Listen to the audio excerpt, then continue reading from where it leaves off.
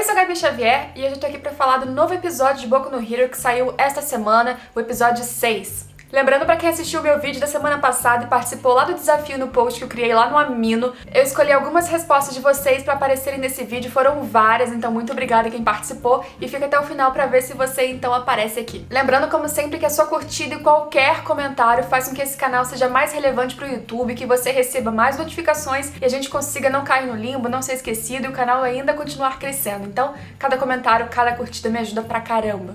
Vamos lá então, vou fazer aqui um apanhado de comentários, uns highlights, principais acontecimentos, questionamentos, expectativas. Lembrando que esse vídeo não vai ter nenhum spoiler do mangá, para que você que não leu o mangá possa trazer as suas próprias conclusões. Não vou ultrapassar aqui seus pensamentos acabando com todas as novidades. A gente continua vendo então ali que os alunos estavam passando por um perigo bem grande e o maior foco dos vilões parecia e se confirmou nesse episódio ser Bakugou, Kacchan. E essa era obviamente uma preocupação muito grande do Midoriya, que já no último episódio estava correndo atrás dele, muito desesperado, quando ele encontra então um Shoji perto ali de um Tokoyami com a sua Dark Shadow totalmente descontrolada. Essa aparição da Dark Shadow sem estar nem um pouco controlada pelo Tokoyami, bem ali talvez no seu potencial máximo, faz com que a gente se questione, inclusive, meu Deus, qual é a força desse Tokoyami? Porque depois, quando o Midoriya faz a estratégia dele ali para que ele e o Shoji guiem a Dark Shadow para perto de onde estaria então Bakugou, Todoroki, para que o Deku justamente conseguisse salvar dois em um, né? Deku mais uma vez provando que ele tem um instinto de herói de verdade, mesmo que ele eventualmente não consiga salvar quem ele queria, o pensamento dele sempre é: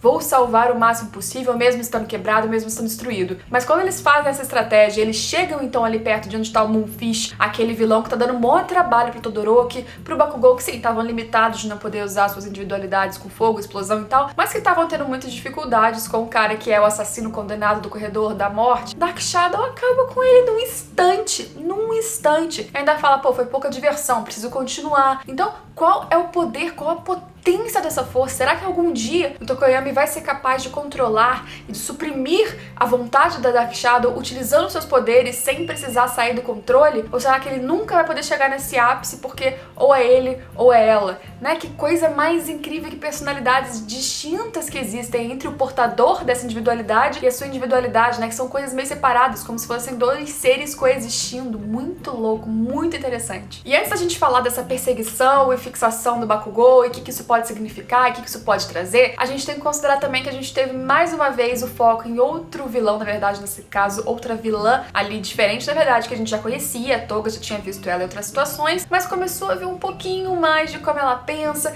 de como ela age, e mais uma vez a gente viu que nesse grupo de vanguarda da Liga dos Vilões existem vilões com expectativas e desejos e personalidades extremamente diferentes. E a Toga que tem essa personalidade meio excêntrica, né, que encontra então com as meninas, com a Uraraka e a Tsui, e ela fica ali de uma forma encantada, como elas são bonitas, kawaii, como ela quer ser amiga delas, e porque ela gosta muito de alguém ou de algumas pessoas, é aí que ela mais quer ver sangue. Por isso que ela acaba ferindo muitas vezes quem ela gosta. E nesse episódio também a gente vê depois que ela ficou encantada ali pelo Midoriya. Mas quando ela encontra as meninas, mesmo com a Uraraka conseguindo mobilizar ela, utilizando todo o treinamento que ela teve na sua época de estágio, então a gente vê uma coisa curiosa na Toga, porque ela fala que ela usa aquele equipamento que ela tá utilizando ali, que ela ganhou ali pela Liga dos Vilões, pra conseguir extrair sangue. E que antes ela faria isso utilizando a própria boca, mas agora com esse equipamento ela faz aquilo ali mesmo. E pra que ela extrairia sangue? Pra que ela pegaria o sangue da Uraraka e depois a gente descobre que ela tinha a missão de pegar 3 frasquinhos ali de sangue? Pra quê? Ela teria que levar esses sangues embora pra alguma coisa. Que tipo de individualidade que ela não mostrou ainda no anime,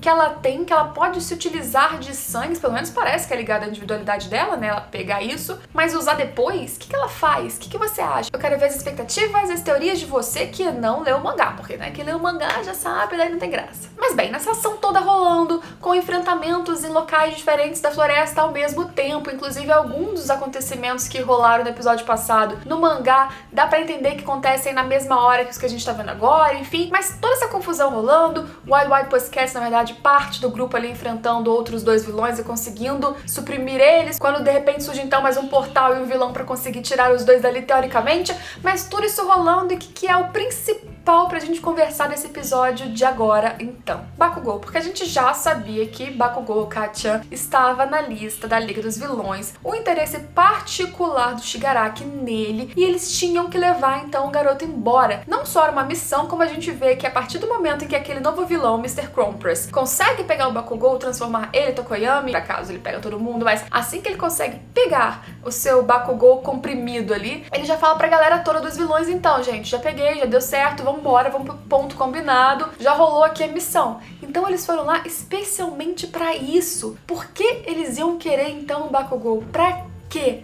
Pra que esse desespero todo do Shigaraki nesse aluno? Esse é um levantamento, um questionamento que a gente vai entender mais pra frente, mas o que a gente já pode especular a partir de então? Quando a gente olha a foto que o Shigaraki estava olhando já no outro episódio do Bakugou, é a que ele tá ali no final do torneio dos alunos, em que ele ganhou em primeiro lugar, porém tá revoltado, não tá aceitando aquela situação toda. É claro que a gente sabe que ele naquele momento não achava que tinha sido uma vitória digna, ele queria que Todoroki tivesse lutado na força total, como foi com o Deku e não aconteceu. Enfim, a gente sabe que o Bakugou tem esse jeito explosivo, né, que é até interessante se você relacionar com a individualidade dele mesmo, com esse jeito meio chato, agressivo, né, reclamão de tudo, que parece não se dar bem com ninguém, mas há algum tempo que eu já tenho comentado e reparado que as interações do Bakugou com a galera têm sido diferentes, porque ele continua sendo esse cara turrão e muito chato e tudo igual a antes.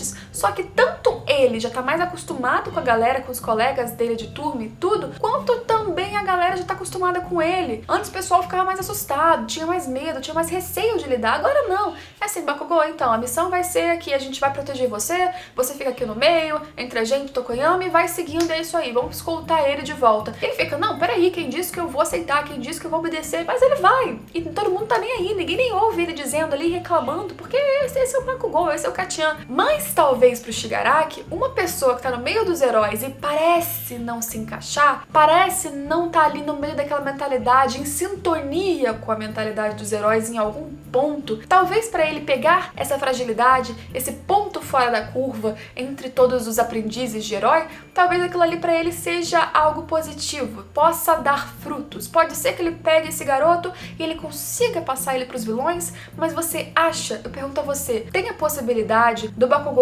ser tentado pela mentalidade, pela visão ali da Liga dos Vilões, pensar que talvez a sociedade de heróis ela tenha suas falhas de mentalidade, da construção mesmo do que é um herói, do que é justo, do que é injusto, de será que ele, que cresceu admirando All Might, vai conseguir ser tentado por Shigaraki, por todos ali? Lembrando que todos ali são muito diferentes, então todos os vilões que a gente tá conhecendo agora deste grupo em especial, eles são muito distintos, porém conseguiram ser unidos por um ideal único. Muitos, é claro, lembrando por causa da figura do Stan, né? Lembrando, é claro, se eles conseguirem também levar um aluno, 2 alunos, no meio de um caos, de um treinamento que deveria ter sido controlado da Yue, vai ficar bem feio. Como o Shigaraki já falou no outro episódio, o que eles vão causar é instabilidade. E instabilidade gera o quê? Questionamento. E questionamentos de uma sociedade que estava tão estratificada, tão certinha de quem é herói, de quem pode usar suas individualidades para ferir ou em combate e quem não pode. Quando tá tudo muito acertado e as coisas começam a não dar certo, a gente já viu isso em várias histórias de heróis. Isso é bem ponto comum. Aí você começa a questionar, será que as pessoas que decidem quem deve ser salvo ou não estão pensando bem? Então essa situação do Bakugou gera vários outros questionamentos pro futuro que a gente vai continuar vendo, mas a princípio fica, vão conseguir levar? Porque Deku não tá querendo deixar não. Deku tá desesperado como já estava e mesmo quebrado ele bola um plano então pra que usando a individualidade junto ali da Asui e da Tsui com a Uraraka, que eles conseguissem arremessar Deku, Todoroki e Shoji pra eles conseguirem alcançar e pegar o Mr. Compress e assim recuperarem então Bakugou, Tokoyami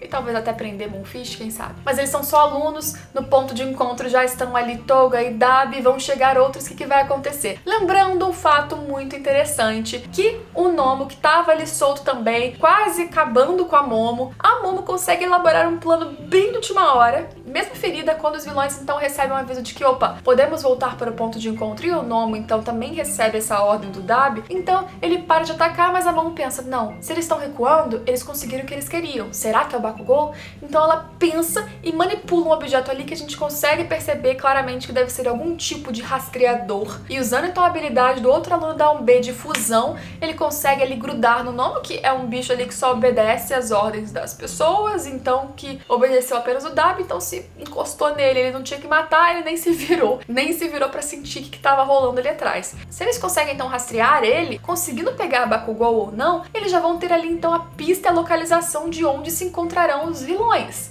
Essa foi uma sacada genial da Momo, genial mesmo. Foi um episódio, mais uma vez, muito bom. Eles estão conseguindo terminar cada episódio dessa temporada com um gancho, assim, que deixa você instigado. Dessa vez a gente fica na expectativa do que vai rolar, então, com Bakugou, Tokoyami, se eles vão conseguir, então, recuperar esses dois amigos, e daí pra frente, que vilões vão fazer, se o rastreador da Momo vai funcionar, quais são essas individualidades, então, da Toga que a gente ainda não sabe. Muita coisa tá no ar, e mais uma vez, eu e muita gente no comentário também sempre fala, tem um momento, tem uma luta que vocês podem esperar pra essa temporada, que vai ser épica. Se você acha que a luta passada do Deku, que foi ele entre o Muscular, foi incrível, espera. Só espera, que muita coisa boa ainda te aguarda. Essa temporada promete. Esse arco pra mim foi muito bem adaptado, tá sendo muito bom, tá fechando direitinho do jeito que tinha que ser e ainda vai melhorar muito daqui pra frente. Boku no Hero é um excelente exemplo de excelência em adaptação, porque a trilha sonora, as dublagens que dão interpretação e emoção muito grande pros personagens que você não tem somente lendo no mangá, os gráficos e tudo junto faz com que a animação te passe mais emoção ainda do que lendo, que não é tão fácil nem tão comum. Boku no Hero tá cada vez mais surpreendente, essa terceira temporada tá incrível. Agora eu vou mostrar pra vocês, então, apresentar algumas individualidades que uma galera colocou no post que eu fiz na Amino, que perguntava pra vocês, então, se vocês fossem parte do mundo de Boku no Hero, qual seria a sua individualidade e por quê? Muita gente colocou, foram muitos comentários, agradeço muito a participação de vocês, e agora eu vou apresentar alguns deles. Eu queria colocar todas as descrições, mas a galera se empolgou tanto, e tinha uns textões enormes, eu vou resumir um pouquinho o que alguns deles falaram, e, mais uma vez, obrigada pela participação, fica aí pra você ver então se dessa vez você vai aparecer aqui no vídeo. Se vocês gostarem desse tipo de interação, a gente pode fazer mais vezes aqui no canal também. Deixa aqui embaixo se você curtiu. O Maruquinho criou um blog no Amino só para explicar a sua individualidade. Com ela, ele poderia criar até 8 tentáculos feitos de músculos em qualquer parte do seu corpo. Mas, quanto mais ele fizer, menores e menos elásticos e flexíveis eles serão, embora mais rápidos. Parece que ele criou essa ideia baseado em uma personagem de uma fanfic dele no Reddit, que já tá na 33ª edição, além de ele ter se identificado bastante com essas características desde que foi de polvo em um evento. A Yao Yorozu criou uma individualidade que chamou de Feelings Controller. Basicamente, ela conseguiria controlar até certo nível os sentimentos das pessoas à sua volta. A desvantagem seria de sentir todos os sentimentos idênticos aos que ela controlava, o que pode ser prejudicial dependendo da luta. Apesar de ela ter imaginado para uma heroína, essa manipulação poderia ser bem perigosa nas mãos de uma vilã. A Duda-chan criou a personagem Wolfie, ou Moon, com a individualidade transmorfo. Ela poderia se transformar em qualquer animal com uma facilidade maior aí com lobos. A desvantagem é que, com muitas transformações seguidas, seu corpo iria ficar gradativamente exausto e a semelhança da Wolfie com lobos aumenta quando ela está com raiva, porque nesses momentos seus olhos assumiriam uma cor amarelada, com caninos e orelhas e rabo de lobo que também apareceriam. Além disso, com a lua cheia, seus poderes aumentam em 50% e fica difícil se aproximar dela. Gazefos criou o personagem Kiyoshi Yamada com a individualidade Counter. Em momentos críticos, Yamada conseguiria ter percepções aceleradas, pois veria o instante ao redor em câmera lenta. Porém, nesse momento ele não poderia se mover rapidamente, só pensar e ver. Mas seria muito útil, de qualquer maneira, para elaborar estratégias em lutas com bastante vantagem. Ponto fraco. Causa uma enxaqueca temporária que pode ser mais forte dependendo do quanto o counter foi utilizado. E aí tá o desenho do Kiyoshi Yamada. Fafnir seria o Hakon Sigurd, com o nome de herói Fafnir. A individualidade é Half Dragon, um meio dragão mesmo, com asas para voar e proteger, uma cauda ameaçadora, escamas super resistentes e, claro, cuspiria fogo. Mas, se cuspir fogo demais, dá falta de ar, dores na garganta e pulmão, podendo até mesmo queimar de dentro para fora, dependendo do caso. Voar demais também pode causar exaustão. Fafnir ainda criou toda a história por trás do personagem, melhorias pós-treino e fez um desenho dele. Will criou Kun Yoshimura, ou como nome de herói, Hand Cannon. Sua individualidade é a Handgun, arma de mão. Com ela, criaria um rápido disparo a partir do dedo do usuário, com velocidade inicial de 950 metros por segundo e alcance máximo de 4 km.